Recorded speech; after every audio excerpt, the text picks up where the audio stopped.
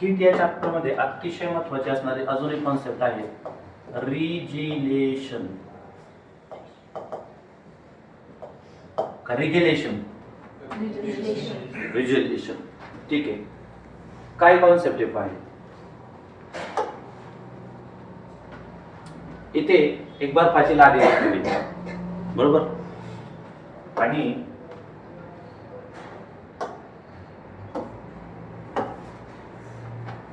ही एक दोरी आहे जी त्याला टांगलेली आहे आणि ह्या बाजूला दोन्ही बाजूला त्याच्या वेट अप्लाय केले.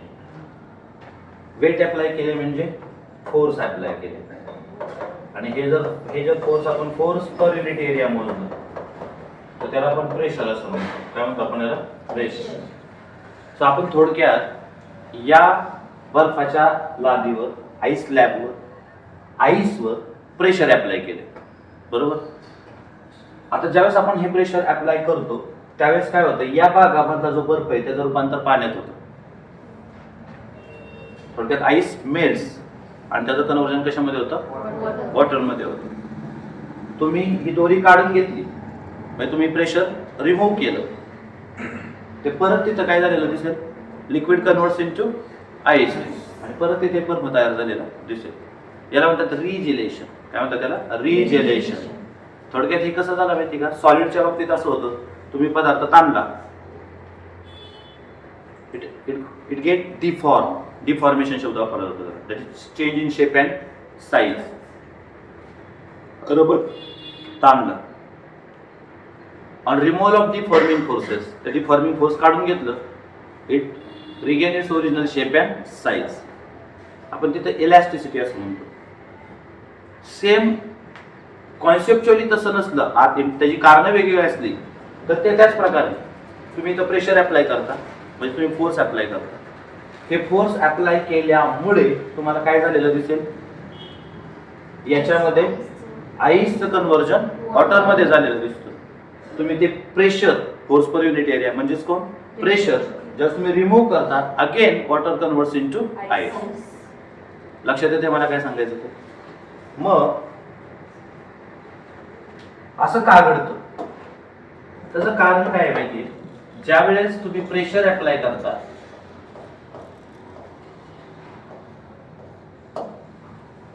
याचा जो मेल्टिंग पॉइंट आहे तो डिक्रीज होतो. काय होतो, त्याचा जो मेल्टिंग पॉइंट आहे तो डिक्रीज होतो. त्यामुळे ज्या टेम्परेचरला तो मेल्ट व्हायला पाहिजे त्यापेक्षा लवकर तो मेल्ट होतो.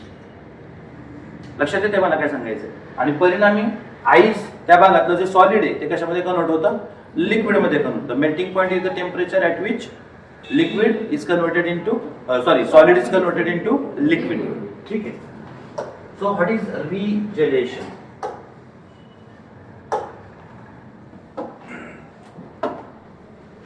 The phenomenon in which ice converts to liquid.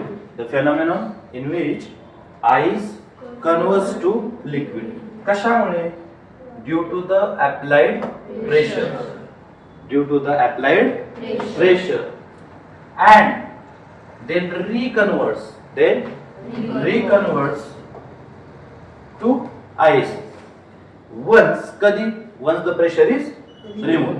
ज्यावेळेस प्रेशर काढून घेता तुम्ही again it is reconverted into ice. So this process is called as regelation. काय म्हणतो आपण याला? Regelation. Define regelation. 1 mark question इथे आपल्याला एक्सपेक्टेड आहे. डायग्राम देतील, अलीकडे तसा ट्रेंड वाढतोय आणि या डायग्रामच्या सहाय्याने कोणती कॉन्सेप्ट एक्सप्लेन होते. The concept explained, the phenomenon explained with the help of this diagram is called regelation. The phenomenon in which ice converts to liquid. Ice converts to liquid. पण कशामुळे? Due to applied pressure. Due to applied pressure. Applied pressure मुळे melting point lowers. हे त्याच्या पाठीमागचं कारण. And then जेव्हा तुम्ही pressure remove करतात then reconverts to ice. कधी? Once the pressure is removed is called as regelation. समजलेला आहे? काही शंका? हा पॉइंट तुम्हाला व्यवस्थित समजून घेणं अपेक्षित आहे. ठीक आहे. हा जो ग्राफ आहे तो ॲनॅमलस बिहेवियर ऑफ द वॉटरचा आहे आणि तुम्ही म्हणताय तसं हा टॉपिक मी तुमचा घेतलेला आहे. पुढे जाऊया. हे जे ॲपरेटस आहे ते कशाचं आहे? होक्स ॲपरेटस आहे. पूर्ण डिटेल मी तुम्हाला सांगितले. याच्यामध्ये आधी काय घेतलेलं असतं? वॉटर घेतलेलं असतं. नंतर आपण फ्रीजिंग मिक्सचर टाकतो. तुम्ही दुसऱ्याला एक्सप्लेन करू शकताल का? हे सुद्धा मी त्या दिवशी तुमचं पूर्ण वेळ करून घेतलेलं आहे. तुम्ही बघा याचं टेम्परेचर किती आलं पहिल्यांदा 4 डिग्री. नंतर याचं कमी व्हायला लागतं पण नंतर कमी होऊन कासव जिंकतं. वरचा थर्मामीटर म्हणजे कोण आहे? कासव. हा थर्मामीटर म्हणजे कसा आहे? ससा. पहिल्यांदा हा पळायला चालू करतो. झाले ना एक्सप्लेन करून? पहिल्यांदा याचं टेम्परेचर कुठपर्यंत पोहोचतो? 4 डिग्री. पण तिथून पुढे प्रवास उलटा चालू होतो. पाणी काय व्हायला लागतं? हलकं व्हायला लागतं. बरोबर आहे? मग हलकं झालेलं पाणी वर जातं. मग वर पाणी जास्त लवकर थंड व्हायला लागतं. लक्षात? म्हणजे 0 डिग्रीपर्यंत हा नाही पोहोचत. पहिल्यांदा कोण पोहोचतं? वरचा थर्मामीटरचं टेम्परेचर पोहोचतं. कारण की ह्या भागातलं पाणी पहिल्यांदा 0 डिग्रीपर्यंत पोहोचतं. वर पहिल्यांदा तयार होतं. हा तो प्रवास आहे बघा. T1चा प्रवास पटकन फास्ट होता आधी. T2ची जर्नी हळूहळू चालू होती पण पहिले चालू होती. पण तो बघा 0 डिग्री किती मिनिटात झाला? 30 आणि काही मिनिटात झाला. पण ज्याची सुरुवात फास्ट झाली होती त्याला किती तास लागले? ऑलमोस्ट 5 तास लागले. म्हणजे त्यापेक्षा वेळ जास्त लागला. ठीक आहे. हे मी पूर्ण डिटेल तुम्हाला एक्सप्लेन करून सांगितलेलं आहे. तर तुमचा राहिलेला भाग काय आहे? ह्युमिडिटी. काय आहे? ह्युमिडिटी. मराठीमध्ये याला आर्द्रता असं म्हणतात. हवेमध्ये असणाऱ्या बाष्पाचं प्रमाण. ऍक्च्युली ह्याची पण मी सुरुवात तुम्हाला त्या लेक्चरात थोडक्यात केलेली होती. मग ह्युमिडिटी म्हणजे काय? द मॉइश्चर, पाण्याचं प्रमाण.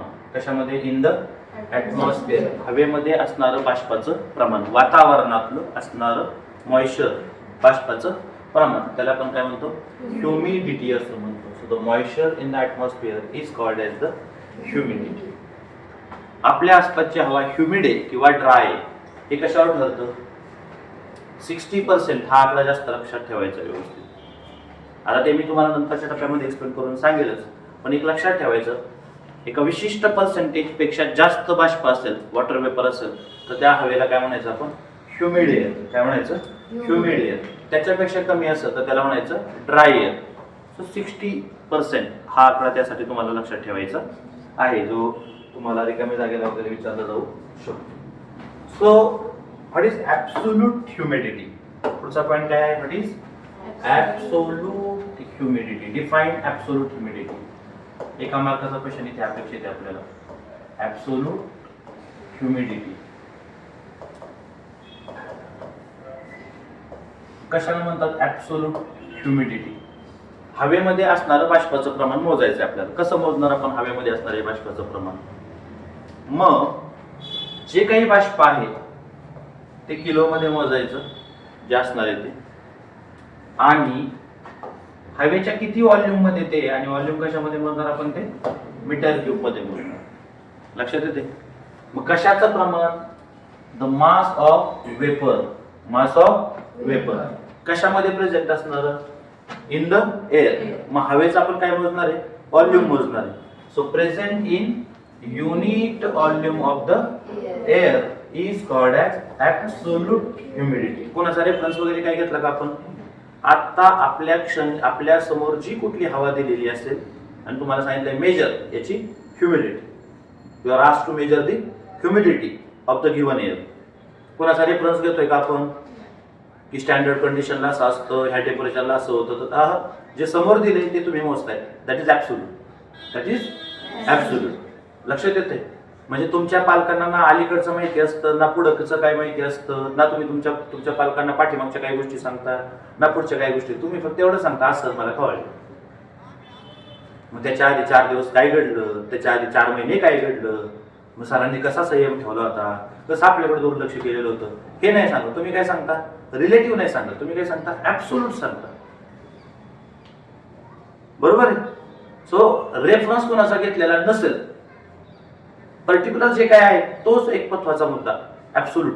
सो पहा, त्या क्षणी हवेमध्ये असणारं बाष्पाचं प्रमाण. मग ते कसं मोजणार आहे आपण? मास मोजणार आहे आपण त्याचं. म्हणजे तो किलोग्रॅम मध्ये मोजलं जाणार आहे. So mass of water vapour. Mass of water vapour. ठीक आहे. Present in unit volume of the air is called as absolute humidity. आता ह्याच्यात एक महत्वाचं मला असं वाटतं की अपेक्षित आहे, ॲट दॅट टेम्परेचर. डेफिनेशन मध्ये ऍडिशनल काय पाहिजे होतं? ऍट दॅट टेम्परेचर, त्या पर्टिक्युलर टेम्परेचरला असणार बाष्पाचं प्रमाण असं तिथं मानायला पाहिजे होतं, कारण टेम्परेचरनुसार ते बदलतं. जास्तीत जास्त ती हवा किती बाष्प सामावून घेऊ शकते हे टेम्परेचरनुसार बदलत 15. लक्षात येते? सो फॉर मी ही डेफिनेशन अशी अपेक्षित होती मला. The mass of water vapour, वेपरच्या ऐवजी water vapour present in unit volume of air at that temperature is called as absolute humidity. ठीक आहे. Mass of the water vapour is measured in kilogram, volume of the air is measured in meter cube. Therefore, unit of absolute humidity is kilogram per meter cube. एक मार्काचा question. Unit of the absolute humidity. रिकामी जागा किंवा direct one liner question. So generally absolute humidity is measured in kilogram per meter cube. दोन्ही मुद्दे clear. पहिला प्रश्न तुम्हाला काही येऊ शकतो बोर्ड परीक्षेला. Define absolute humidity. Define absolute humidity. काय लिहिणार तुम्ही? The mass of vapor हे तुमच्या पुस्तकातलीच डेफिनेशन आहे. मास ऑफ वॉटर वेपर असं थोडं करेक्शन करा. Present in unit volume of the air is called as absolute humidity. समजलं? ज्याचं युनिट किलोग्राम पर मीटर क्यूब असं आहे. तो पण आपला क्वेश्चन होऊ शकतो. प्रत्येक हवेची त्या एका विशिष्ट टेम्परेचरला किती बाष्प सामावून घेण्याची क्षमता ठरलेली आहे. या क्षणी, या मिनिटाला, या टाइमला या क्लासची कॅरी कॅपॅसिटी ठरलेली आहे.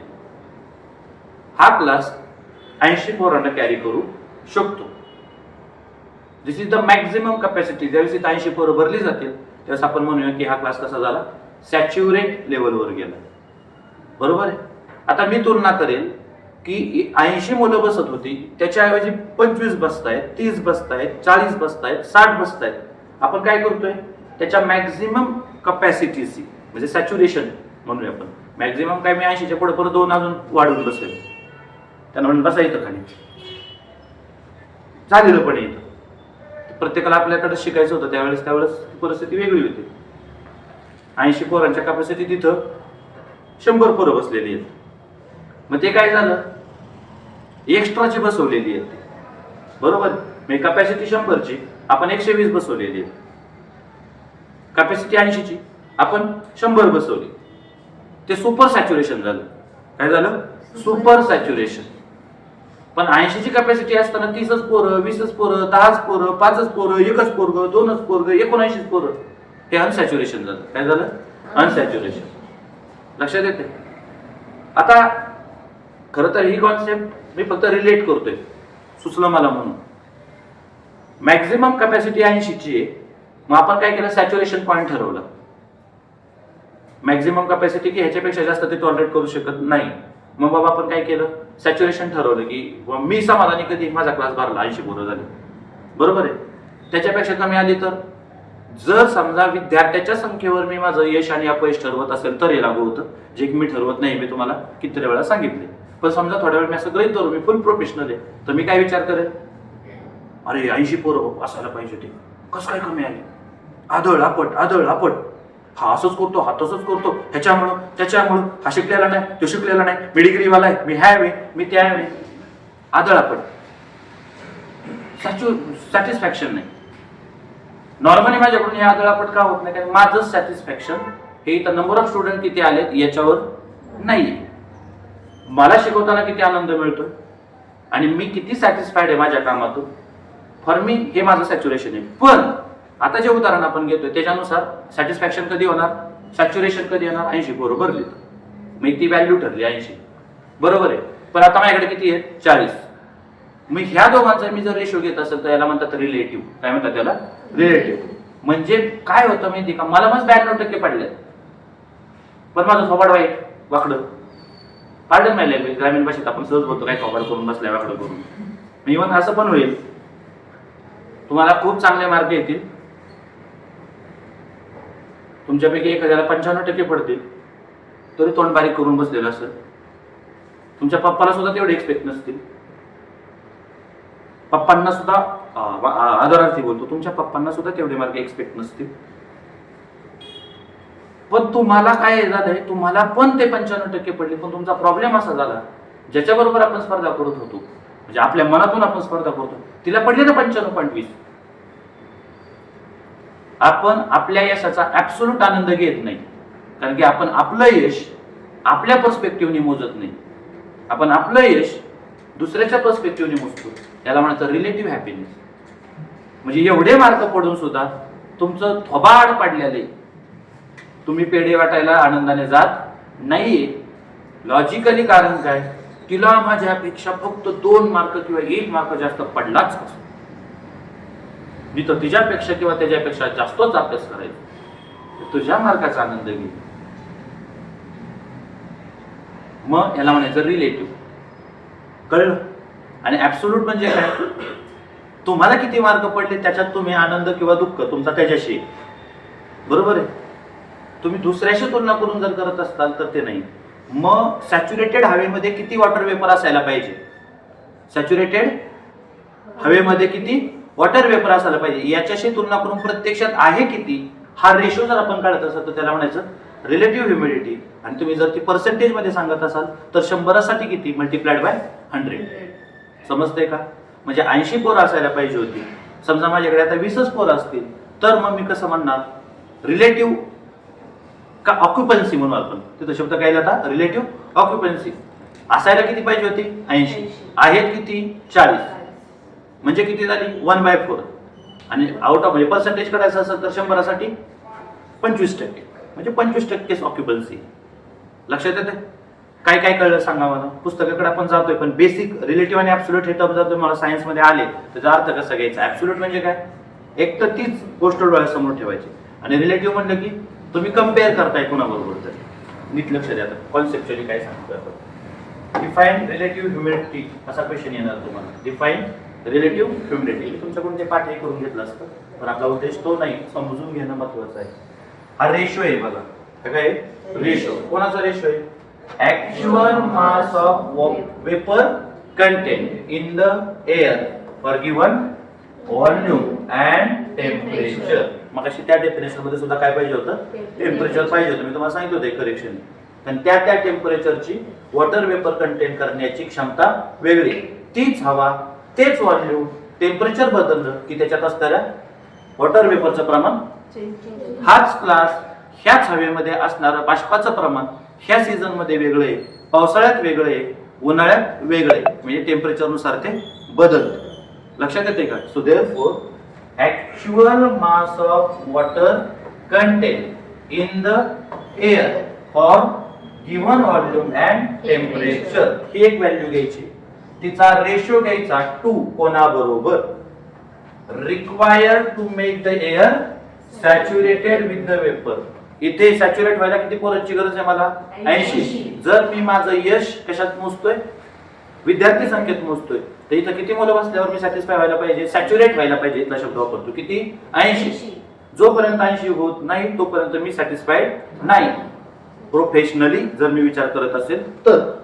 So required to make the air saturated with vapour at that temperature. त्याच टेम्परेचरनं बरं का, कारण टेम्परेचर बदललं की सॅच्युरेशनची व्हॅल्यू सुद्धा बदलणार आहे.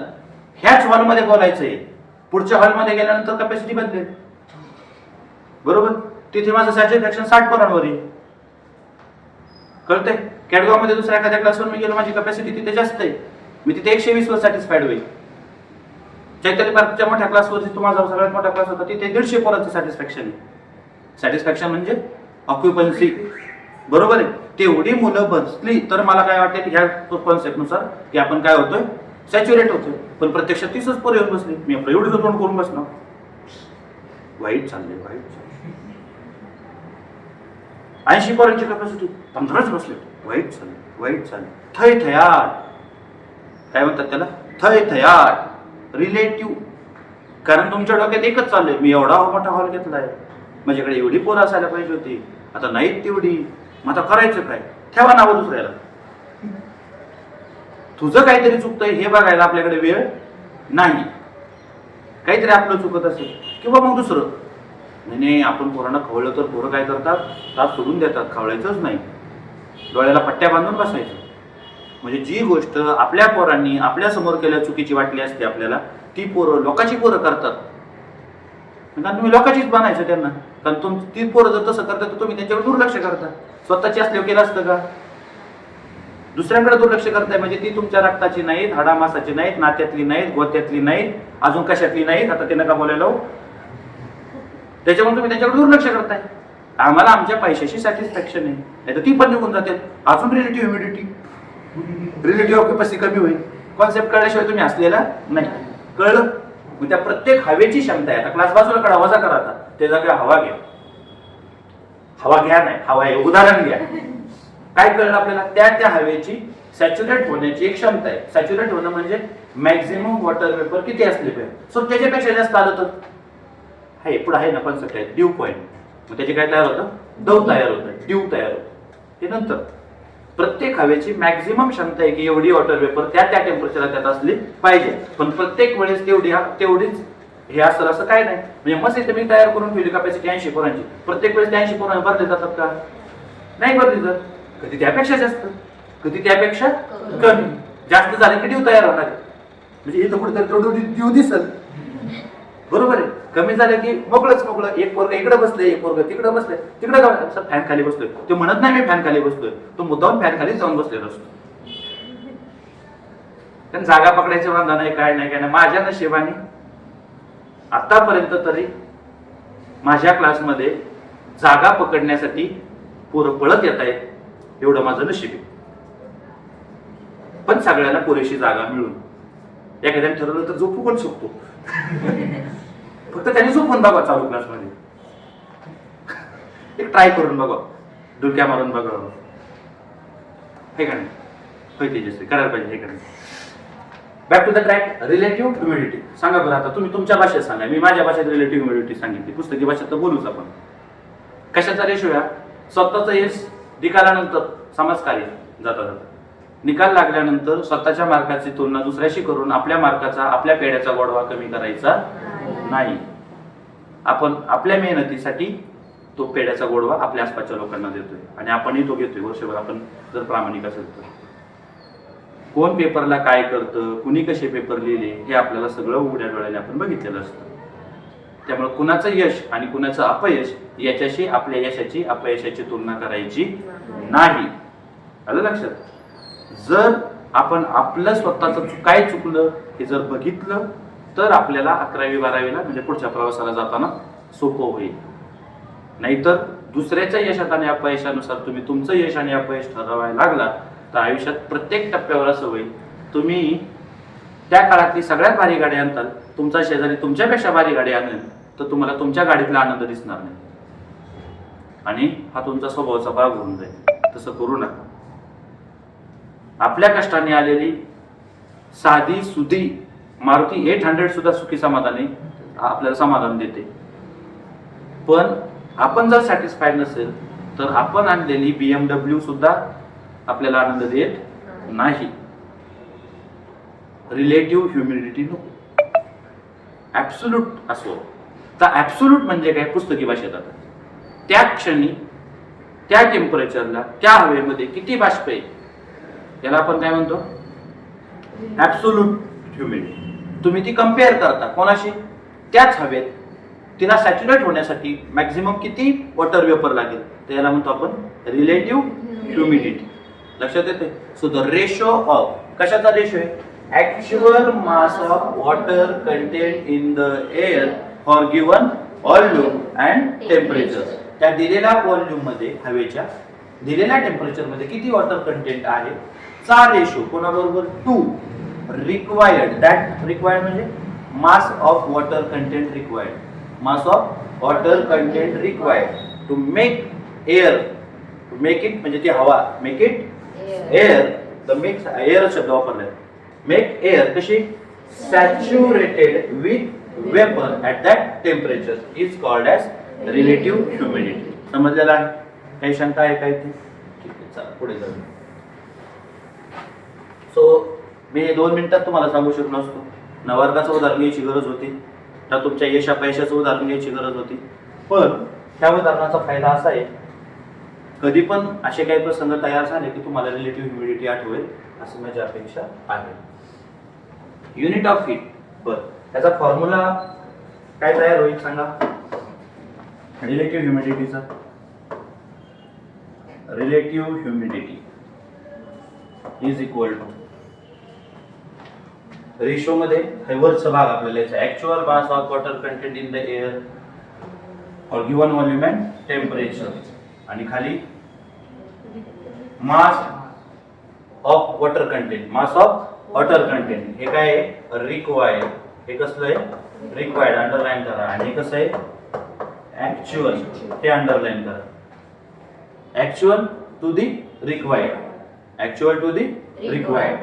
ऑफकोर्स बाकी कोण आहे water mass of water content in the air at given volume and temperature. इथे mass of water vapour required कशासाठी to make the air saturated at given temperature and given volume. समजले? ठीक. पर्सेंटेज मध्ये काढायचं असेल तर गुणिले काय करावं लागलं असतं मला 100. ठीक आहे. हीट मग कशी मी उल्लेख केला तसं one of the form of energy. Heat काय आहे one of the form of energy. मग याचं एसआय युनिट असणार आहे जूल. त्याचं एसआय युनिट काय असणार आहे जूल. दुसरं एक युनिट आहे कॅलरी. काय आहे कॅलरी. ठीक आहे. त्याला हीट युनिट ऑफ द म्हणून हीट युनिट असं म्हणू शकता तुम्ही. कोण आहे कॅलरी. आणि हे जे आहे ते मेकॅनिकल युनिट आहे. काय आहे जूल. लक्षात आलं. वन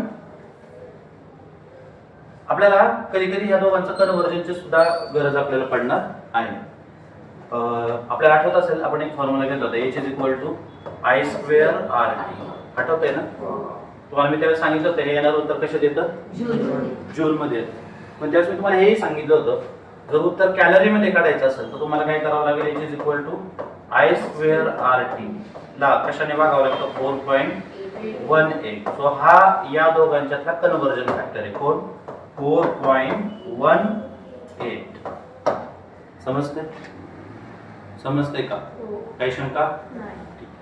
सो मेन महत्वाचा प्रश्न जो माझ्यासाठी रिकाम्या जागेला अपेक्षित आहे तो काय आहे SI unit of the heat. SI unit of the heat is joule. आलं लक्षात. तर कॅलरी म्हणजे काय असा सुद्धा प्रश्न तुम्हाला परीक्षेला विचारला जाऊ शकतो. आणि त्याच्यानंतर स्पेसिफिक हीट बद्दल आपल्याला बोलायचं आहे. ठीक आहे. चल कॅलरीची डेफिनेशन आपल्याला 8वी मध्ये सिलेबस मध्ये होते. 1 डिग्री टेम्परेचर वाढवण्यासाठी द्यावी लागणारी हीट असा तो मुद्दा होता. आता पुढे स्पेसिफिक हीट काय कॉन्सेप्ट आहे. स्पेसिफिक हीट खरं तर सिलेबस मध्ये स्पेसिफिक एक उल्लेख केलेला आहे आणि याच्याशिवाय मोलार हीट अशी एक कॉन्सेप्ट तुम्हाला येणाऱ्या काळात येईल. सध्या आपण त्याचा विचार करतोय. स्पेसिफिक शब्द आला तर स्पेसिफिक गिव्हन मास घ्यायचं असतं आणि मोलार मध्ये काय घ्यायचं असतं त्याच जो काही पदार्थ आपल्याला दिलाय त्याचा 1 मोल.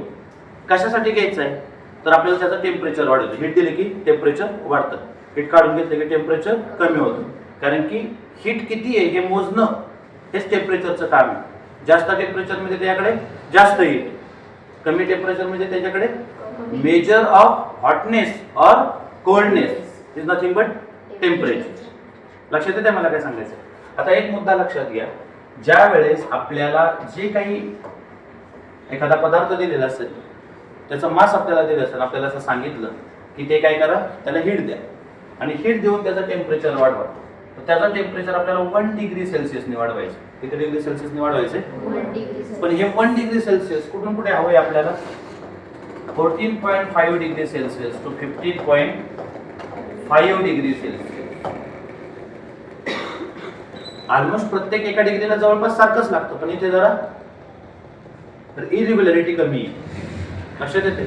सो पॉइंट इज दॅट तुमच्या पुस्तकात त्याचा थोडक्यात उल्लेख केलाय पण आपल्याला डेफिनेशन पुरता जर विचार करायचा असेल तर फक्त 1 डिग्री सेल्सिअस टेम्परेचर वाढवण्यासाठी कॅलरी द्यावी लागणारी हीट कॅलरी. पण स्पेसिफिक कुठून कुठे 14.5 degree Celsius to 15.5 degree Celsius पर्यंत आपल्याला जर काय वाढवायचं असेल, टेम्परेचर वाढवायचं असेल, तर त्यासाठी द्यावी लागणारी हीट, त्याला आपण काय म्हणतोय, स्पेसिफिक हीट. मी ह्या उदाहरणाकडे जातो आणि स्पेसिफिक हीटची कॉन्सेप्ट आपण पहिल्यांदा क्लिअर करू. Amount of heat energy required to raise the temperature of the unit mass of object by 1 degree Celsius. कशाने वाढवायचं आपल्याला?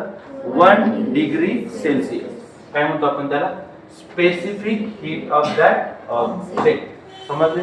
Again question, define specific heat of that object. काय सांगितलं specific heat? The amount of heat energy required. कशासाठी लागणारी heat ही? To raise the temperature of कोणाचं? Unit mass and object. Unit mass of an object is called as specific heat of that object. एखाद्या पदार्थाला त्याचं temperature 1 degree सेल्सिअसने वाढवण्यासाठी आपल्याला द्यावी लागणारी हीट किती, कशी काढली जाते? Q is the amount of heat energy required. M is the mass of that object. S specific heat, and delta T is increase in the temperature or decrease in the temperature. जर increase in the असेल तर heat energy is absorbed. Decrease असेल तर heat energy is evolved. Heat energy is release नाही, evolved किंवा release. दोन शब्द वापरले मी. जर टेम्परेचर वाढत असेल तर हीट एनर्जी ऍब्झॉर्ब केलेली असते. काय केलेली असते? ऍब्झॉर्ब केलेली असते. टेम्परेचर कमी होत असेल तर हीट एनर्जी रिलीज केलेली असते. हीट एनर्जी ऍब्झॉर्ब केली तर टेम्परेचर वाढतं आणि टेम्परेचर कमी होत असेल तर हीट एनर्जी रिलीज झालेली असते. Q is equal to ms delta T. साधं लॉजिक आहे. याची जर व्हॅल्यू मी 1 किलोग्रॅम घेतली, याची जर व्हॅल्यू मी 1 डिग्री सेल्सिअस घेतली, तर मग S आपोआपच किती शिल्लक राहणार आहे? इज इक्वल टू Q राहणार आहे. काय राहणार आहे? Q. कारण की इथं पण 1 आहे, इथं पण 1. 1 into 1 1 into S S is equal to Q. मग S is equal to Q. Q म्हणजे कोण? Amount of heat energy required. दोन मुद्दे होऊ शकतात, ऍब्झॉर्ब किंवा रिलीज. कशासाठी?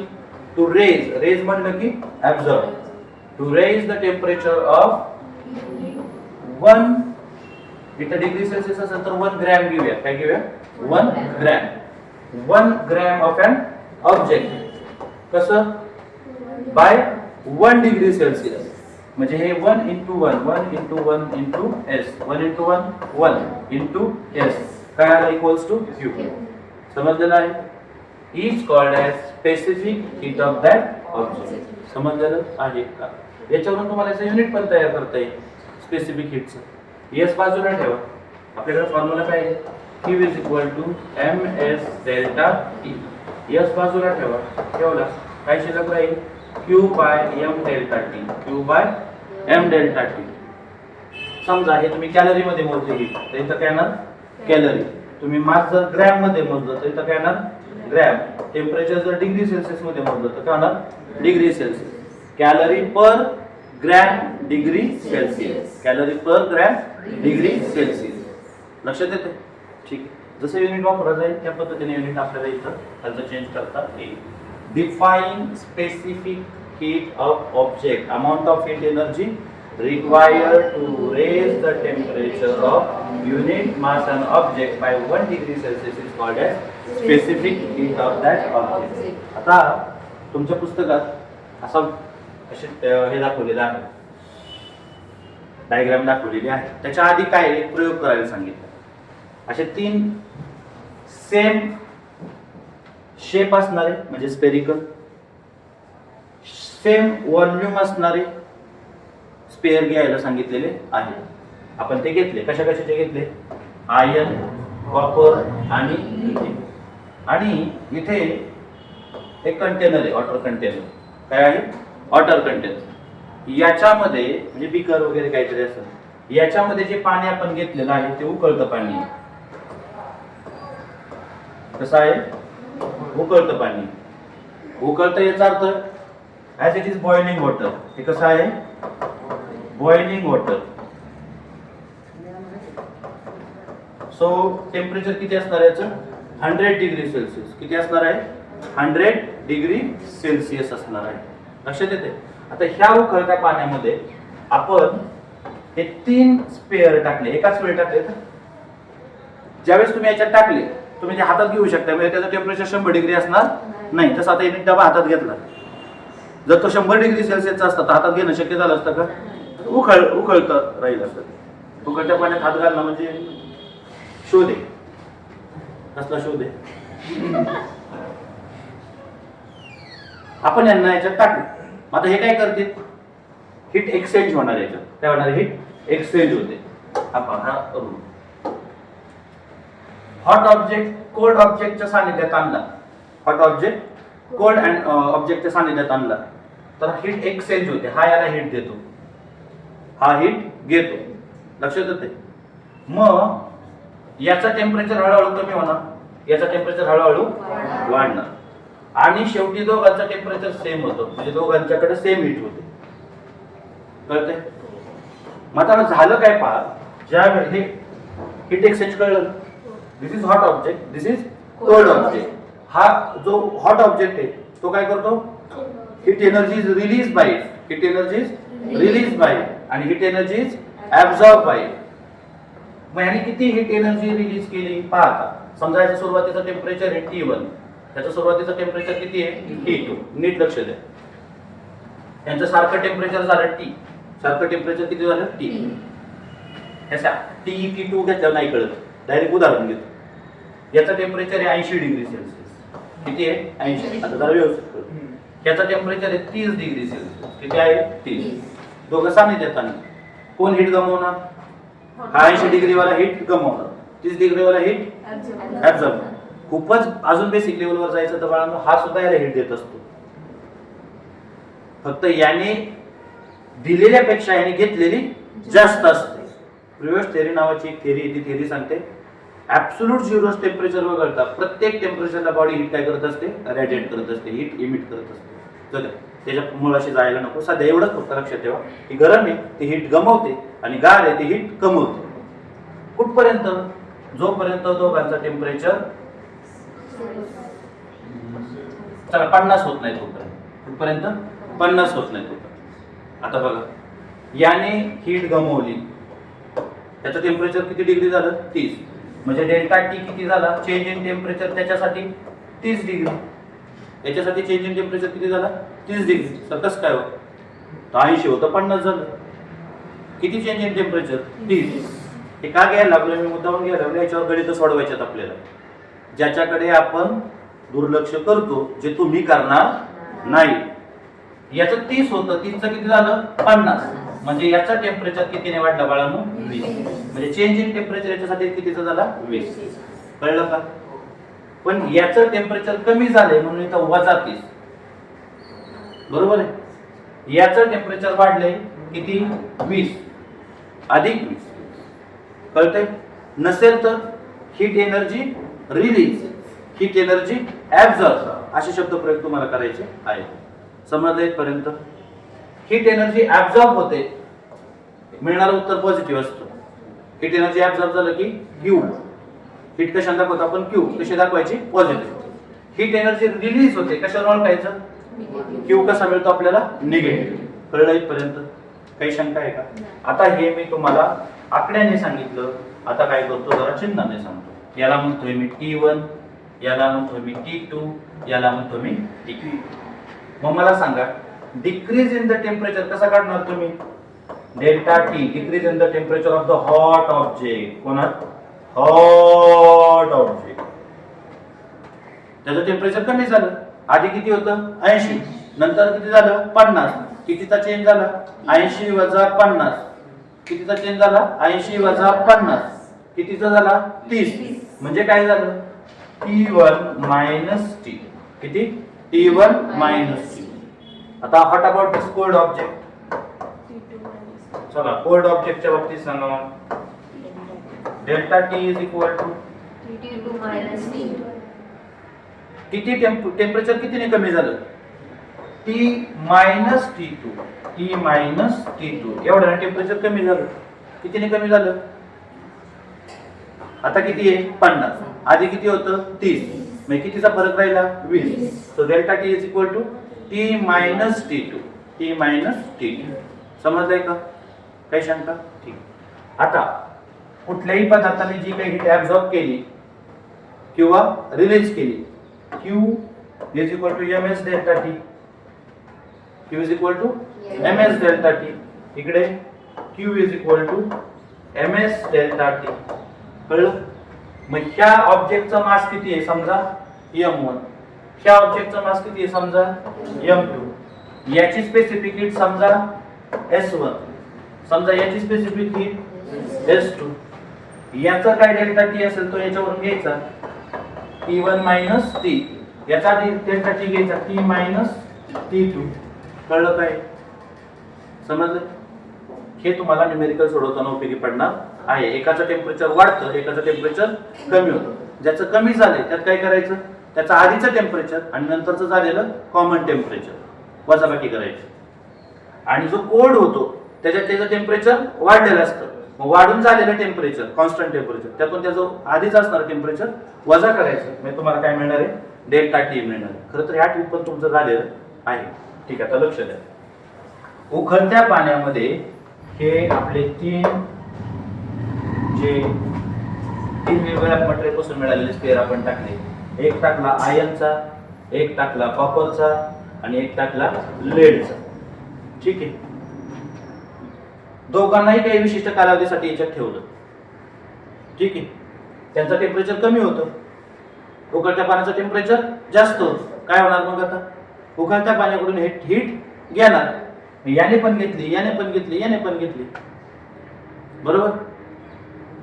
कुठपर्यंत ठेवायचं आहे, एका विशिष्ट टायमिंग पुरतं हे ठेवायचं. हे पण 5 मिनिटं ठेवले, हे पण 5 मिनिटं ठेवले, हे पण 5 मिनिटं. तुम्ही सगळे वर्गात बसले ना, मी बॉइलिंग वॉटर आहे असं गृहीत धरा आणि तुम्हाला माझ्यामध्ये टाकले, बॉईल वॉटर मध्ये टाकले, तर तुम्ही तुमच्या तुमच्या पद्धतीने त्याच्यातून हीट घेताय. नाही कळलं सर, मी बॉइलिंग वॉटर आहे, मी तुम्हाला शिकवतोय. आता तुम्ही माझ्यामध्ये आहात, मी माझ्या क्लासमध्ये आहात, तर जो तो आपापल्या पद्धतीने घेतोय. कोण मध्येच एखादी भ्रमात आहे, काहीतरी दुसराच विचार चाललाय त्याचा. आजचं लेक्चर झाल्या घरी जायचं का तासाला जायचं, आज बसने आलो, बस जर जागाच भेटली नाही, आजचा कंडक्टर वेगळा होता का, कोणाचा विचार वेगळाच आहे, सरांनी आज फीचा विषय काढला होता, घरचे पैसे देणार कधी, आपण तर घरी दररोज म्हणतो. अजून कोणाचं काय, कोणाचं काय, आज डबा आला आपला चालू लेक्चर मध्ये, सरांना काय वाटलं असेल, आपले एवढे पप्पा आले तरी सरांनी त्यांच्याकडे डोंकून पण बघितलं नाही.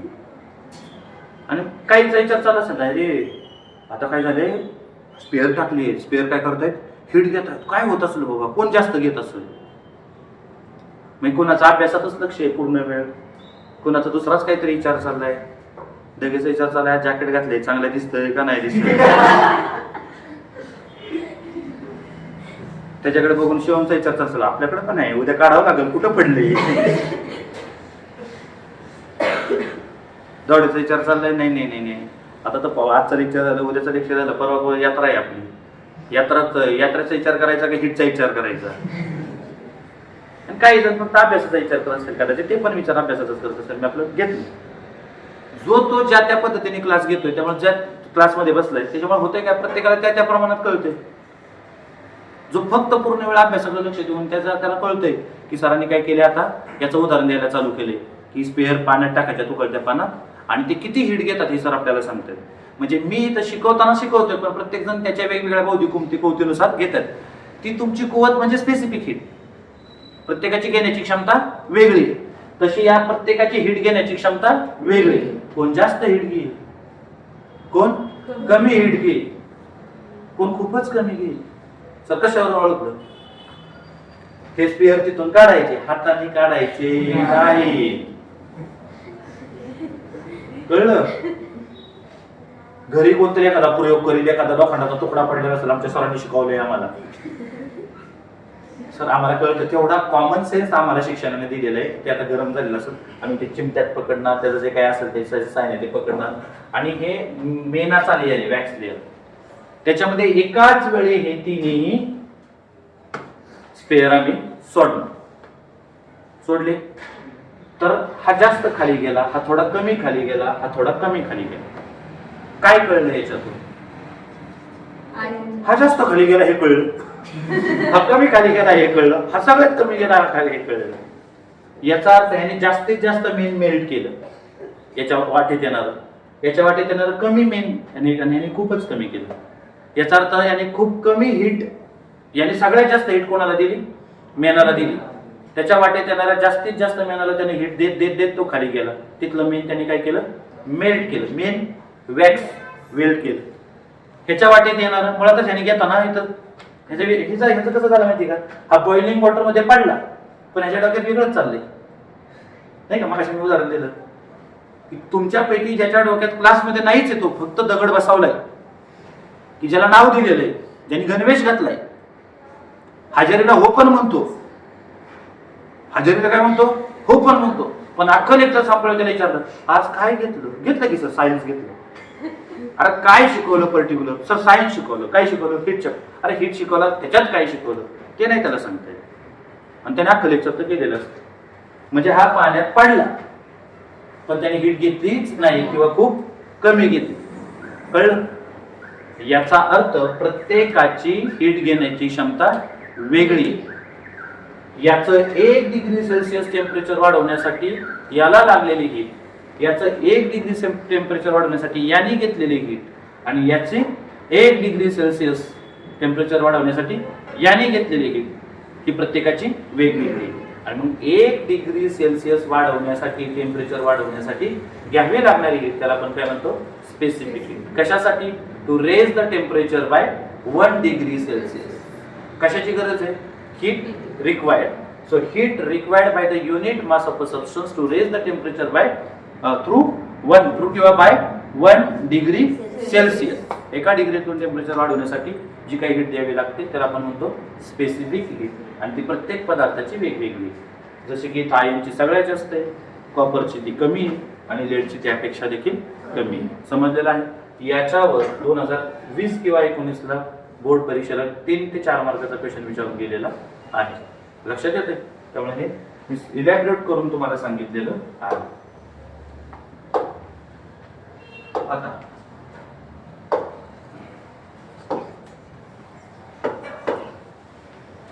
How much heat energy is necessary to raise. आता याच्यात कॅलरीमीटरचा एक हे आहे, पॉइंट आहे तुमच्या पुस्तकात, जो मी न्यूमेरिकलच्या साईडने डायरेक्ट सांगतो तुम्हाला. आणि लक्षात, तुमच्या पुस्तकातले न्यूमेरिकल येते. How much heat energy is necessary to raise the temperature of 5 kilogram of water from 20 degree Celsius to 100 degree Celsius. नीट लक्ष द्या. प्रश्न काय सांगतोय? How much heat energy is required. किती heat energy required? Heat energy कुठल्या सिम्बॉलने वापरले आपण? क्यू वापरलाय. Necessary to raise the temperature. किती किलो घेतल्याचा पदार्थ आपण? 5 किलो, 5 kg. आलं लक्षात? From 20 degree to 100 degree Celsius. आधी टेम्परेचर किती होतं हिट देण्याच्या पूर्वी? 20. हिट दिल्यावर झालं किती? 100. कितीने वाढलं? 80 ने वाढलं. मग delta T change in temperature. पहा गिवन, एकदम सोपा प्रश्न आहे. फक्त आपण सोडवलेलं नसतं कधी, किंवा आपला दृष्टिकोन असा असतो अवघड असतं हे, तुम्ही हे सोडूच नका, थेरीच करा, असंही आपल्याला सांगितलं जातं. त्याच्यामुळे आपल्याला या सोप्या गोष्टीचे मार्ग आपण घालवतो. सो गिवन मास किती दिलेले आहे तुम्हाला? 5 kg. किती दिलेलं आहे? 5 kg. पुढे टेम्परेचर कितीने वाढवायचं आहे आपल्याला? Delta T change in temperature किती डिग्री आहे? 100 डिग्री सेल्सिअस. मायनस किती करायचं आपल्याला? 20 डिग्री सेल्सिअस. किती झालं रे बाळांनो? 80 डिग्री सेल्सिअस. 80 degree Celsius. ठीक आहे. तुमचं पुस्तक काय करतंय? एस च्या ऐवजी सिंबल काय वापरतंय? सी सिंबल वापरतंय. फॉर्म्युला काय आपल्याकडे? Q is equal to ms delta T. काही वेळेस डेल्टा थिटा पण म्हणतात तिथं. आता एस नाही वापरला पुस्तकाने, काय वापरलंय? C delta T. मग सी बाजूला ठेवा, काय होणार? Q upon m into delta T. Q upon M delta T. बोल. क्यू किलो साठी चालले म्हणल्यानंतर किलो कॅलरी. किती? Kilo calorie. मास कशामध्ये मोजायचं? किलोग्रॅम. टेम्परेचर कशात मोजायचं? Degree Celsius. मग चेंज इन टेम्परेचर कितीचा झाला? 100 मधून 20 गेले. किती झाला? 80 डिग्री सेल्सिअस. आणि स्पेसिफिक हीट किती दिलेली? 1 kilo calorie per kilogram degree Celsius. ठीक आहे, चल. खूप फाईन. काय शोधायचंय तुम्हाला? हीट एनर्जी रिक्वायर्ड म्हणजे काय शोधायचं आपल्याला? Q. We know that Q is equal to mc delta T. Therefore Q is equal to, चला m ची व्हॅल्यू किती आपल्याकडे? 5 किलोग्रॅमच आहे बघा. काय? किलोग्रॅम. C ची value 1 kilo calorie per kilogram degree Celsius. काय? किलोग्रॅम. ठीक आहे. टेम्परेचर कशात पाहिजे आता? Degree Celsius. Change in temperature is 20 degree Celsius. 80 degree. हा सॉरी, चेंज कितीचा आहे? 80. हीट कशात घेतली आपण? Kilo calorie. कशात घेतली? Kilo calorie. मग ही आलेली हीट सुद्धा कशात येणार आहे? Kilo calorie. So Q is equal to 8 पंचे 40 आणि हा वरचा 0 किलो कॅलरी. संपला प्रश्न. किती उत्तर आहे बघा? आहे का? 400 kilo calorie. How much heat energy is required to raise the temperature of 5 kilogram of water from 20 degree Celsius to 1 degree Celsius? किती आलं? 400 किलो कॅलरी. कळलं का? काहीतरी अवघड आहे काहीतरी. नक्की प्रश्नामध्ये ही व्हॅल्यू दिलेली असेल, नसेल दिली तर पाठ ठेवायची. रिकाम्या जागेला विचारलं पण जाऊ शकतं. स्पेसिफिक हीट ऑफ वॉटर किती आहे? 1 किलो कॅलरी पर किलोग्राम डिग्री सेल्सिअस. नाही कळलं का काय? लगे कळलं नाही का? चला पुढे.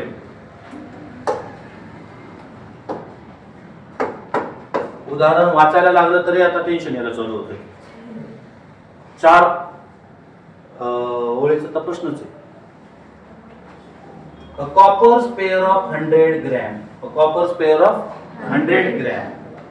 Mass 100 gram mass is heated to raise the temperature. Heated to raise the temperature 100 degree Celsius and release in water. म्हणजे त्याचं टेम्परेचर किती केले? 100 डिग्री सेल्सिअस. मग तो रिलीज केला. म्हणजे सध्या त्याचं टेम्परेचर किती आहे? 100 degree Celsius. And release in water of mass. पाण्यामध्ये रिलीज करायचा. पाण्याचा मास किती आहे? 195 195 gram.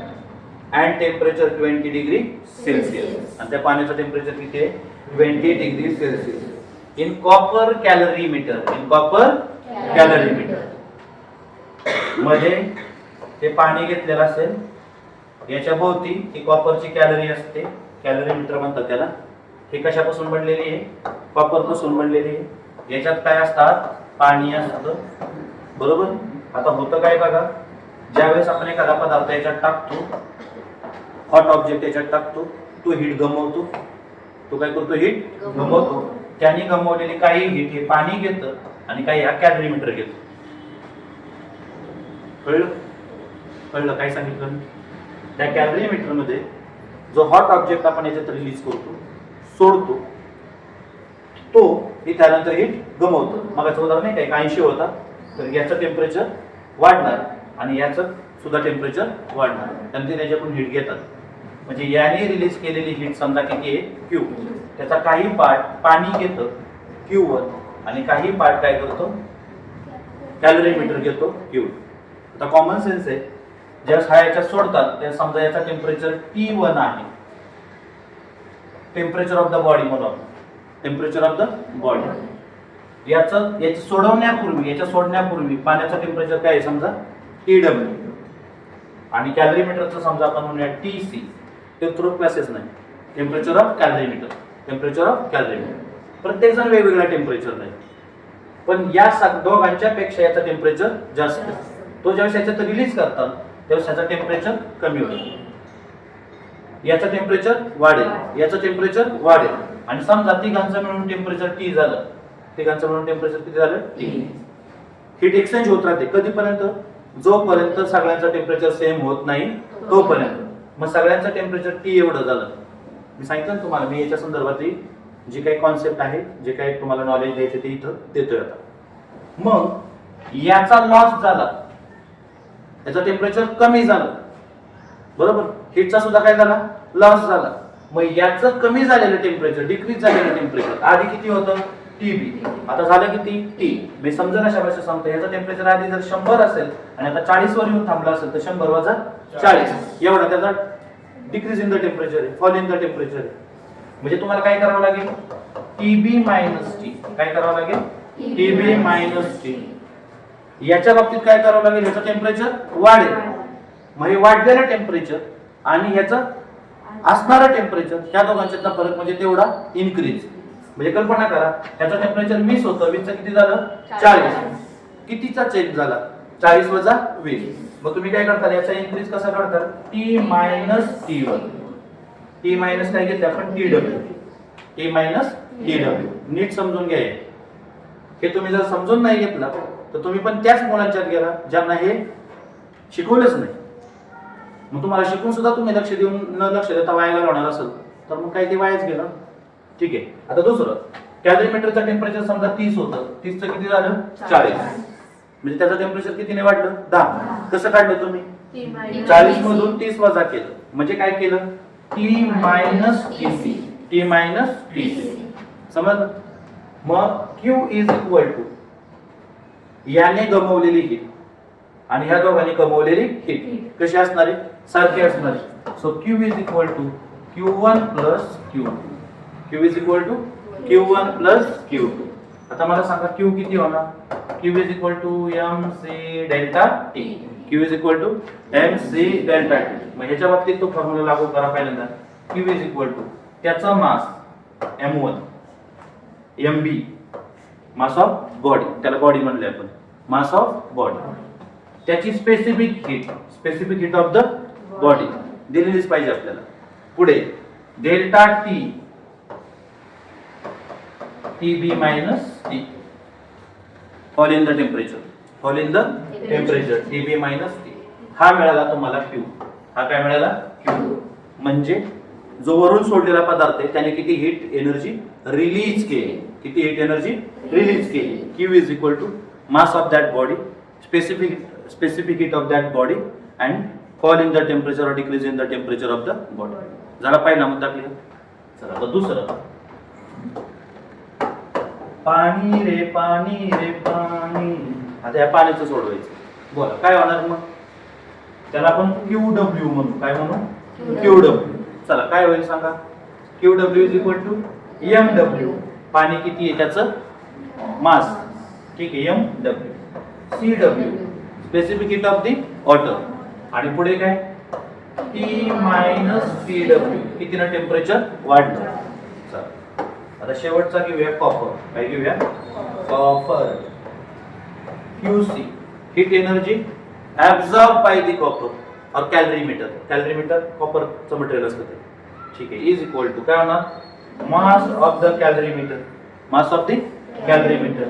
Specific heat of the कॅलरीमीटर म्हणजे त्याच्या मटेरियलची, ठीक आहे, C. आणि त्याचा इन्क्रीज झालेला टेम्परेचर. समजलं. हे सगळं समोरासमोर ठेवायचं. Q is equal to Q1 च्या ऐवजी काय म्हणूया, W. आणि याला काय म्हणूया, QC. So Q is equal to QW म्हणजे कोण, वॉटर, आणि QC म्हणजे कोण, कॅलरीमीटर. त्या दोघांची बेरीज करायची, काय मिळून जाईल आपल्याला, Q. समजलंय का. टोटल 1 2 हे दोघं एकच धरतोय मी. अशा 9 गोष्टी आहेत याच्यात, कळतंय. ही गोष्ट मी एकच धरली. याच्यातला एखादा काहीतरी शिल्लक ठेवतील ते विचारते. जसं ते ह्या दोघांच्या पैकी हे जे आहेत ना त्यातले एखादा शिल्लक ठेवतील त्याच्यावर प्रश्न तयार करतात. कळतंय. पाहत आता समोरचा प्रश्न काय आहे, काय काय कळलं सांगा बरं आधी. आपण काय करतो, कॅलरीमीटर मधून एखादा पदार्थ हॉट ऑब्जेक्ट तो त्याच्यामध्ये रिलीज करतो. तो त्यात रिलीज केला की तो हीट गमवतो. त्यांनी गमवलेली हीट कोण कोण घेतं, त्यातलं वॉटर घेतं आणि बाहेरचे कॅलरीमीटर घेतं. मग Q is the heat release by that object. QW म्हणजे कोण, किंवा Q1 तुमच्या पुस्तकात दिलंय तसं. QW किंवा Q1 कोण आहे, हीट ऍक्सेप्टेड बाय ऍक्सेप्टेड पेक्षा ऍब्झॉर्ब बाय दी वॉटर. आणि त्याच वेळेस अजून कोण घेते ती कॅलरीमीटर घेते.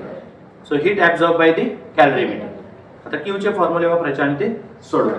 घेऊया हा न्यूमेरिकल. आता जर तुम्हाला ही फंडामेंटल गोष्ट कळलेली असेल, बेसिक तुमचं व्यवस्थित झालं असेल तर तुम्हाला कळेल की कोण कुठं सोडलेलं आहे, तेव्हा कुणाचं टेम्परेचर कमी होणार आहे, कुणाचं टेम्परेचर वाढणार आहे. कॅलरीमीटर मधलं पाणी आणि कॅलरीमीटर याचं टेम्परेचर शक्यतो वाढतं, कारण त्याच्यात आपण वरून हॉट ऑब्जेक्ट रिलीज केलेला असतो.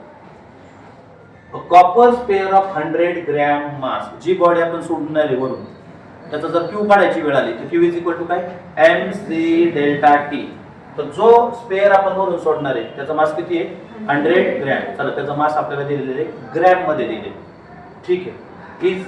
Is heated to raise the temperature. त्याचं टेम्परेचर सध्या किती आहे 100 degree Celsius. and is released in the water of mass. त्या कॅलरीमीटर मध्ये जे पाणी घेतलंय त्याचं मास किती दिलंय 195 ग्रॅम, म्हणजे MW दिलाय. काय दिलाय MW. आणि टेम्परेचर 20 डिग्री सेल्सिअस. त्या पाण्याचं टेम्परेचर सध्या किती आहे 20 डिग्री. सध्या त्या कॉपर स्पेअर जो सोडायचा आहे खाली त्याचं टेम्परेचर किती आहे 100 वाला त्या 20 मध्ये आपण सोडणार आहे. मग त्याचं टेम्परेचर कमी होणार, 20 पर्यंत कमी होणार नाही. त्या 20 चं पण टेम्परेचर वाढणार. किती वाढले बघूया. In a copper कॅलरीमीटर. If the mass of कॅलरीमीटर, बघा कॅलरीमीटर पण हीट घेते ना. हीट दोघं जण घेतात. कोण घेतं कॅलरीमीटर. मग कॅलरीमीटरची हीट काढत असताना कॅलरीमीटरच्या मासची आपल्याला गरज आहे. ते पण दिलं किती 50 gram. What will be the maximum temperature of water. तेच टेम्परेचर काढायचे ज्या टेम्परेचरला तिघांचं टेम्परेचर सेम होतं. प्रश्न कशावर विचारलाय what is the maximum temperature of water. फक्त वॉटरच नाही, तिघांचं टेम्परेचर तिथंच जाऊन थांबतं.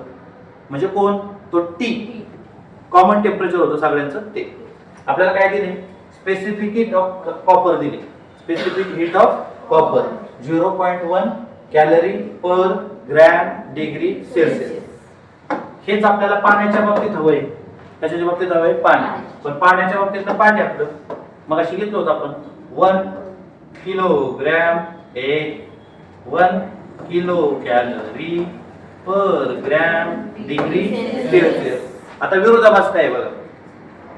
हे कशात दिलंय ग्रॅम, हे कशात दिलंय हे कशात दिलंय ग्रॅम. बाकी डिग्री सेल्सिअसला काय हरकत नाही. हे डिग्री सेल्सिअस मध्ये, हे डिग्री सेल्सिअस मध्ये. मग हे किलोग्रॅम मध्ये देऊन चालणार नाही. हे कशात द्यायला पाहिजे होतं ग्रॅम. आणि हे कशात द्यायला पाहिजे होतं कॅलरी. कशात द्यायला पाहिजे होतं कॅलरी. मग 1 किलो म्हणजे 10³ कॅलरी डिवायडेड बाय किलो म्हणजे परत किती 10³ ग्रॅम डिग्री सेल्सिअस. 10³ कॅन्सल. म्हणजे सीजीएस युनिट मध्ये जरी घेतलं तरी व्हॅल्यू किती आहे तेवढीच आहे. 1000 वगैरे असं काही होत नाही. ठीक आहे. चलो आता प्रश्न सोडवायला घेऊ. रिझेंबल करतो तुम्हाला कंडिशन. मी आता कल्पना करूया हे इनर वेसल कॅलरीमीटरचं. याच्यात पाणी घेतलंय आपण. याच्यात काय घेतलंय पाणी घेतलंय. त्याच्यात वरून हा कॉपर स्पेअर सोडला आपण. त्याचा मास आपण MC घेणार आहोत कॉपर म्हणून. नको MB body mass of the body. कारण कॅलरीमीटरचा C वापरायचं ठरलेलं आहे आपण. ठीक आहे. हा हीट रिलीज करेल. त्यातली काही हीट कोण घेणार QW आणि काही हीट कोण घेणार आहे QC. म्हणजे कोण घेणार आहे कॅलरीमीटर घेणार आहे. लक्षात येत आहे का. मग आपण सेपरेट सोडवायचा हा प्रश्न. तुमच्या पुस्तकात जसं एकदम सोडवलंय ना तसं नाही सोडवणार मी. काही कॅल्क्युलेशन वाटतं तर आपण तसेच ठेवू. आलं लक्षात. पण हे काय करणार आहे आपण सेपरेट सोडवणार. मी पहिल्यांदा बॉडीनं रिलीज केलेली हीट, मग पाण्याने घेतलेली हीट आणि मग कॅलरीमीटरने घेतलेली. पाण्यासारखे आहे आणि समजण्यासारखे आहे. ठीक आहे. चलो चला गिवन. तर तुम्ही सांगा मला काय काय. बॉडी पासून सुरुवात करा. बॉडीच्या बाबतीत काय काय दिले. वरून सोडणारी ती बॉडी आहे. तिचं मास दिलंय का आपल्याला किती दिलेलं आहे 100 ग्रॅम दिलेलं आहे. चला पुढे जाऊ. तिचं टेम्परेचर दिले. किती दिले तिचं टेम्परेचर TB दिलेलं आहे. किती दिलेलं आहे 100 degree Celsius. Is release in the water. Is release. आणि तिचं स्पेसिफिक हीट पण दिलेली आहे. दिले ना specific heat of the body. ती बॉडी कशाची आहे कॉपरची. कॉपरची स्पेसिफिक हीट तुम्हाला दिलेली आहे. किती आहे ती 0.1 calorie per gram degree Celsius. समजलं इथपर्यंत? आता ज्याच्यात सोडली ते पाणी M W mass of the water. बोला किती आहे mass of the water? 195 gram. 195 gram. TW of the water, पाण्याचं सुरुवातीचं टेम्परेचर किती आहे? 20 डिग्री सेल्सिअस. CW पाठ आहे आपला 1 calorie per gram degree Celsius. अजून कोण घेणार आहे? कॅलरीमीटर पण घेणार आहे. मग मास ऑफ द कॅलरीमीटर दिलंय का? 50 ग्रॅम. किती दिलंय? 50 ग्रॅम. कॅलरीमीटर कॉपरचीच बनलेली असते. कॅलरीमीटर कशाची बनलेली असते? कॉपर. त्यामुळे कॉपरचं स्पेसिफिकेट तुम्हाला इथं वापरायचं आहे. त्याच्यानंतर पुढे तिचं टेम्परेचर किती झालं? टेम्परेचर दिले का त्याचं सुरुवातीचं? आता ऑब्विसली पाणी 20 डिग्री सेल्सिअस आहे आणि ते पाण्याच्या सानिध्यात येते. कशाच्या सानिध्यात आहे? पाण्याच्या. म्हणजे त्याचं टेम्परेचर तेच पाण्याचं टेम्परेचर, पाण्याचं टेम्परेचर तेच त्याचं टेम्परेचर. कळतंय का? सो इथं TC टेम्परेचर ऑफ द कॅलरीमीटर किती? 20 डिग्री सेल्सिअस. समजलं इथपर्यंत? काही शंका? ठीक. मग एक एक एक घ्यायचं. आता आपल्याला थोडक्यात हा फॉर्म्युला वापरायचा आहे. Q इज इक्वल टू काय? QW आणि QC. Q म्हणजे Q बॉडीने ते रिलीज केलेलं टेम्परेचर, पाण्याने घेतलेलं आणि कॅलरीमीटरने घेतलेलं टेम्परेचर, असं आपल्याला ते सोडवायचं. आता नीट लक्ष द्यायचं. Let temperature at equilibrium or let T be the maximum temperature. T be the maximum temperature. ते टेम्परेचर किती झालं? T. बरोबर? मग बॉडीचं टेम्परेचर डिक्रीज झालं असेल आणि बाकीच्या दोघांचं टेम्परेचर वाढलेलं असणार आहे. कळतंय ना? वरून सोडलेला पदार्थ जास्त टेम्परेचरचा होता, कोल्ड ऑब्जेक्ट मध्ये ठेवला, सोडला, हीट एक्सचेंज होईल, याची हीट कमी होईल, कोल्डची हीट वाढेल. समजलं इथपर्यंत? ठीक आहे, चला. Heat released by copper sphere. कोणी? Copper pair. कशाने दाखवणार आहे आपण? QB. कशाने दाखवणार आहे? QB इज इक्वल टू काय होणार? MB CB. तिचं मूळ टेम्परेचर काय? TB. मॅक्झिमम टेम्परेचर कुठपर्यंत गेले आता पाण्याचं? T. Maximum temperature of water. ठीक आहे, तेवढं टेम्परेचर तिचं कमी होत आले बॉडीचं पाण्यात टाकल्यानंतर. असं काय बघताय? कळलं ना? टेम्परेचर किती होतं पाण्यात टाकल्यानंतर? ते कमी झालं. सगळं याचं टेम्परेचर तेवढंच होणार, याचं टेम्परेचर वाढून तेवढंच होणार आणि कॅलरीमीटरचं टेम्परेचर सुद्धा वाढून तेवढंच होणार. ते टेम्परेचर किती घेतलं आपण? T. समजलं इथपर्यंत? ठीक आहे.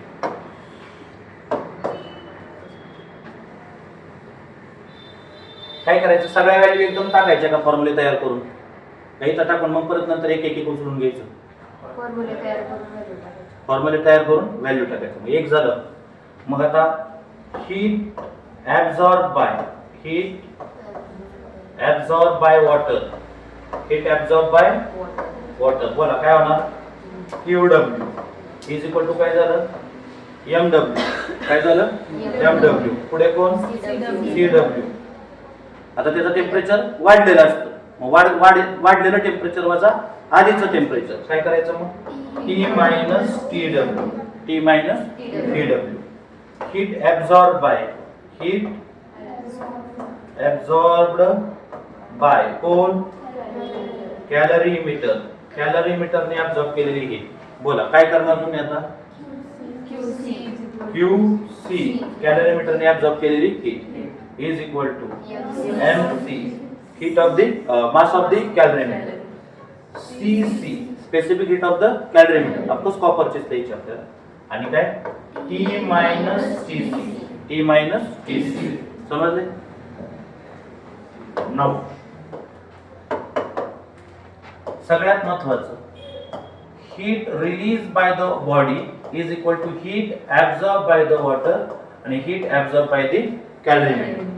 ज्याने रिलीज केलेली हीट ह्या दोघांनी घेतलेली. मग आता QB काय फॉर्म्युला तयार झाला आपल्याकडं? MB CB TB minus T. इथं तयार झालंय बघा. MB CB TB minus T is equal to QW MW CW T minus TW plus कॅलरीमीटर MC CC T minus TC. समजलं? चला प्रत्येकाचे मास आपल्याला दिलेले टाकून घेऊया. कॅलरीमीटर किती, त्या बॉडीचा मास किती 100, पाण्याचं किती 155 आणि कॅलरीमीटरचं किती 50. Therefore 100 ठीक आहे इंटू किती दिलेलं आहे 0.1. हे किती दिले 0.1. स्पेसिफिक हिट किती दिलेले 0.1 इंटू TB. टेम्परेचर किती होतं स्पेअरचं टाकताना 100 किती होतं 100 मायनस मॅक्झिमम टेम्परेचर थोडक्यात सगळ्यांचं कॉमन टेम्परेचर किती झालेले T. पाण्याचं टेम्परेचर किती आहे लगे 155. CW किती आहे 1. पुढे T एखादं रेकॉर्डिंग बघणार वाटायचं कोण हुशार कोण आहे काय सारखंच त्याचं नाव घेतात क्लासमध्ये आहे ना डेली हुशार आहे ना. T मायनस TW कोण आहे वॉटरचं टेम्परेचर आधी किती होतं 20 डिग्री सेल्सिअस. किती आहे 20 डिग्री सेल्सिअस प्लस चला कॅलरीमीटरचा मास किती आहे 50 डिग्री. कॉपरचं किती 0.1 इंटू T मायनस पाण्याचं टेम्परेचर त्याचं टेम्परेचर होतं किती 20. काही शंका आहेत पर्यंत काही शंका नाही ठीक आहे.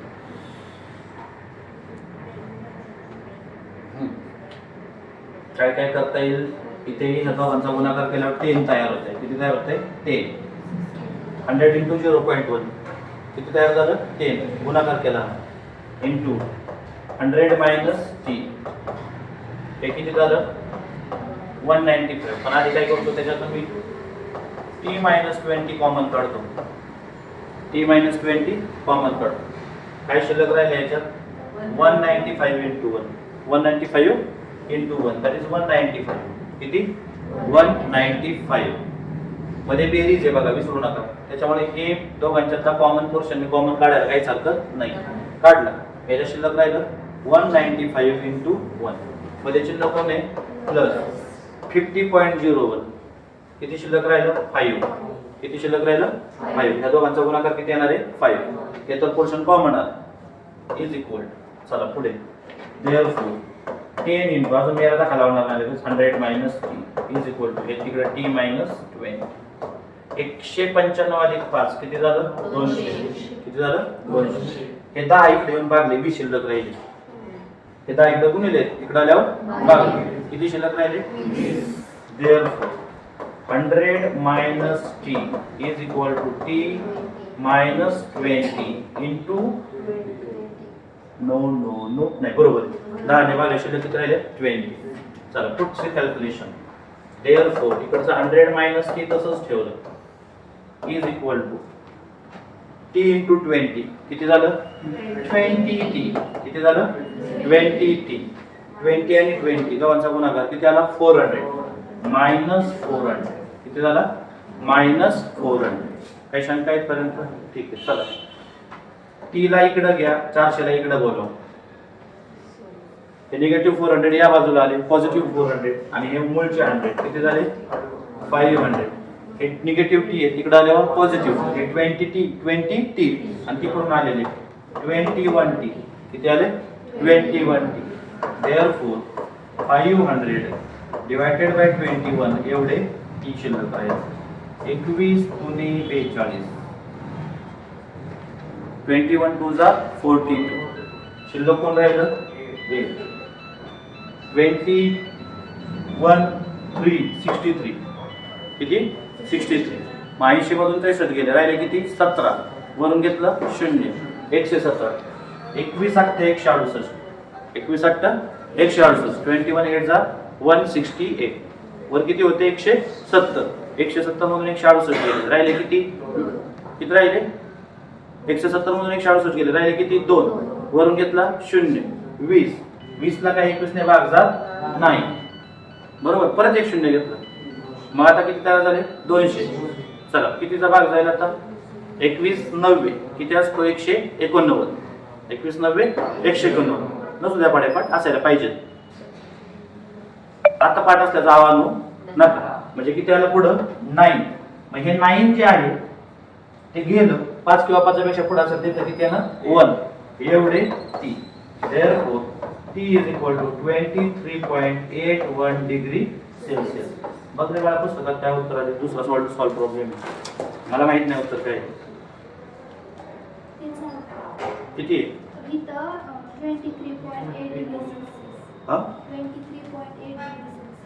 23.8 डिग्री सेल्सिअस. आपण जास्त पुढे गेलो ना, आपण जास्त. So 23.81 degree Celsius. ठीक आहे सर. ही पॉवर पॉइंट तयार केली तुम्ही त्यावेळेस एक घेतलंय पुस्तकातलं, तेवढंच घेतलंय. हे बघायला वेळ नाही आणि ह्याच्यात मग काय गंमत आहे सोडवण्यात नाही. जो आनंद आता सोडवताना मिळाला तो का मिळाला, कारण की सस्पेन्स आहे, म्हणजे माहित नाही काय येणार आहे. त्या सस्पेन्सचा आनंद घ्यायचा असतो. गणित न्यूमेरिकल काय होईल चुकलं तर चेक करत आलं असतं पुढं एखादी गोष्ट आपल्याकडून कुठे माती खाल्ली आपण, तर अख्ख्या उदाहरणात आपण कुठेच माती खाल्लेली नाही. त्याच्यामुळे आपल्याला शेवटी मोती मिळाले मार्कारूपी. कळलंय काय? किती सोपं आहे का नाही. काय करायचं, वरून जो पदार्थ सोडलाय त्याने गमावलेली हीट, हे बाकीचे दोघं कमवतात, बरोबर. एकाचं टेम्परेचर कमी होतं, बाकीच्या दोघांचं टेम्परेचर वाढतं, जे आपल्याला इथं काढायला सांगितलेलं. समजलं. खरं तर मी असंही म्हणू शकतो, हे तुम्हाला येतंय 8वीतच झाले. 8वीत शेवटचा एक्सरसाइज जो आहे, शेवटचा जे पार्ट आहे, एक्सरसाइज नाही शेवटचा जो पार्ट आहे ह्या चॅप्टरचा, तो सेम अशाच उदाहरणांवर सेम. नको त्या आठवण. चलो तिसरं exam. 80 gram steam of temperature 97 degrees Celsius is released on an ice slab of the temperature 0 degrees Celsius. हा लॅटंट हीट वरचा प्रश्न आहे. हा काय लॅटंट हीट वरचा प्रश्न आहे. मला असं वाटतं की याची चर्चा आपण नंतरच्या टप्प्यामध्ये करूया. लॅटंट हीटचे दोन मुद्दे आहेत. एक साधा फॉर्म्युला असतो लॅटंट हीटचा वाळांनो. लॅटंट हीट जे अक्षराने दाखवले जाते, कुठल्या अक्षराने दाखवले जाते, जे Q बाय एम. कसे असते Q बाय एम. म्हणजे किती बर्फ घेतला तुम्ही कशासाठी, to convert it into water. ठीक आहे. मग त्याचा मास तिथं घ्यायचं असतं आणि किती हीट द्यावी लागले आईस मधून वॉटर मध्ये रूपांतर होण्यासाठी. दुसरं, तुम्ही पाण्याला हीट दिली, इथे जे असेल ते असेल लॅटंट हीट ऑफ फ्युजन. इथं काय असेल लॅटंट हीट ऑफ फ्युजन, कारण की बर्फाचं काय झाले पाणी म्हणजे मेल्ट झाला. तुम्ही त्या पाण्याला हीट दिली, त्याचं रूपांतर कशात झालं water vapour. Of course at boiling point. कुठे ॲट बॉइलिंग पॉईंट. म्हणजे हा ग्राफ फ्युजन होते. आता टेम्परेचर वाढत गेलं, आता किती झालं 100 degree Celsius. This is latent heat of vaporisation. काय आहे लॅटंट हीट ऑफ वेपर. मग किती पाण्याचं तुम्ही वेपरायझेशन केलं त्याचा मास घ्यायचं. तुम्हाला किती हीट द्यावी लागली ती कशाने घ्यायची, Q ने घ्यायची. समजतंय का. आता जसं की ह्या उदाहरणात 80 ग्रॅम ऑफ द स्टीम, किती 80 gram of the steam of temperature 97 degree Celsius is released on ice slab of the temperature. ती वाफ कुठे सोडल्या तर बर्फावर सोडल्या, म्हणजे ऑब्विसली त्याचं टेम्परेचर 0 डिग्री पर्यंत खाली येणार आहे. म्हणजे ती काय तयार करणार आहे, आता हीट रिलीज करणार आहे. हीट रिलीज करणार आहे. ती हीट आपण काढणार Q ने. कशाने काढणार Q. मग किती हीट रिलीज केली, वाफ किती ग्रॅमचे आहे 80. मग M च्या जागेवर किती येणार 80. C च्या जागेवर काय येणार, वाफ म्हणजे पाणी म्हणजे काय येणार C. आणि त्याचं टेम्परेचर किती होणार 97 डिग्रीने कमी होणार. बर्फावर सोडले ना, पुढे सोडले बर्फावर. मग बर्फावर सोडले म्हणजे 97चा डायरेक्ट बर्फ 0 डिग्री सेल्सिअस. म्हणजे चेंज इन टेम्परेचर कितीचं 97 डिग्री. किती 97 डिग्री. C च्या जागेवर काय 1.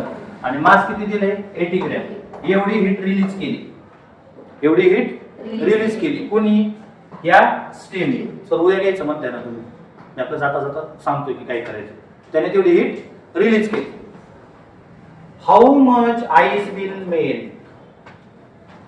हे होत असताना एवढं टेम्परेचर तुम्ही त्या बर्फाला देताय, मग बर्फ वितळेल ना. हे पाणी कशातून झालं ही जी स्टीम आहे ती तिनं रिलीज केली हीट, पण ती स्टीम तुम्ही बर्फावर सोडली, मी बर्फाचं टेम्परेचर वाढलं, म्हणजे आता बर्फ वितळेल. मग सगळा बर्फ वितळेल का? ज्या प्रमाणात तो हीट घेणार आहे ते. आणि सगळ्यात महत्वाचं, बर्फाला पाण्यात रूपांतर होण्यासाठी काय लागतं?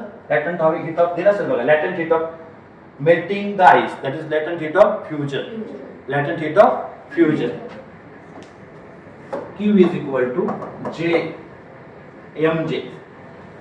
जे म्हणजे कोण? Latent heat. एल या अक्षराने दाखवली, नाही तर एल ने दाखवली. Q is equal to ml. L ने दाखवतो का मॅग्नेट जे झालं. Q is equal to ml. बर्फाने हीट किती घेतली? एवढी घेतली. सो कसं काय कळलं? ती त्याच्यावर सोडली ना. कॉमन सेन्स वापरा. ते कुठं सोडले? बर्फावर. मग ही जी काही कॅल्क्युलेशन केलं तेवढी हीट कोणी घेतली? बर्फाने घेतली. म्हणजे Q म्हणजे कोण? 80 into 1 into 97 एवढी हीट तिथं पडली. बरोबर? किती बर्फ? m. आणि पुढे कोण? T n latent heat of fusion. Latent heat of fusion दिलेलं आहे किती? into 80. पुढं how much energy will be transferred to the ice when the steam will be transferred to the water. Latent heat of vaporisation देखील आपल्याला काढायचं आहे. समजलं? So हा जो प्रश्न आहे, हा प्रश्न आपल्याला लॅटंट हीटच्या कॉन्सेप्टने सोडवावा लागणार आहे. आता आपण लक्ष कशावर दिलेलं होतं? पूर्ण कॅलरीमीटरवर. कारण की आजच्या लेक्चरला आपण लॅटंट हीटची चर्चा केलेली नाही, त्याच्यामुळे मी लॅटंट हीटवर न्यूमेरिकल आता चर्चा करत नाही. समजतंय? आणि काही आपण दिवाळीनंतर पण शिल्लक ठेवूया, नंतर आपण पाहूया. समजलंय का? काही शंका आहे का? ठीक आहे, थांबा.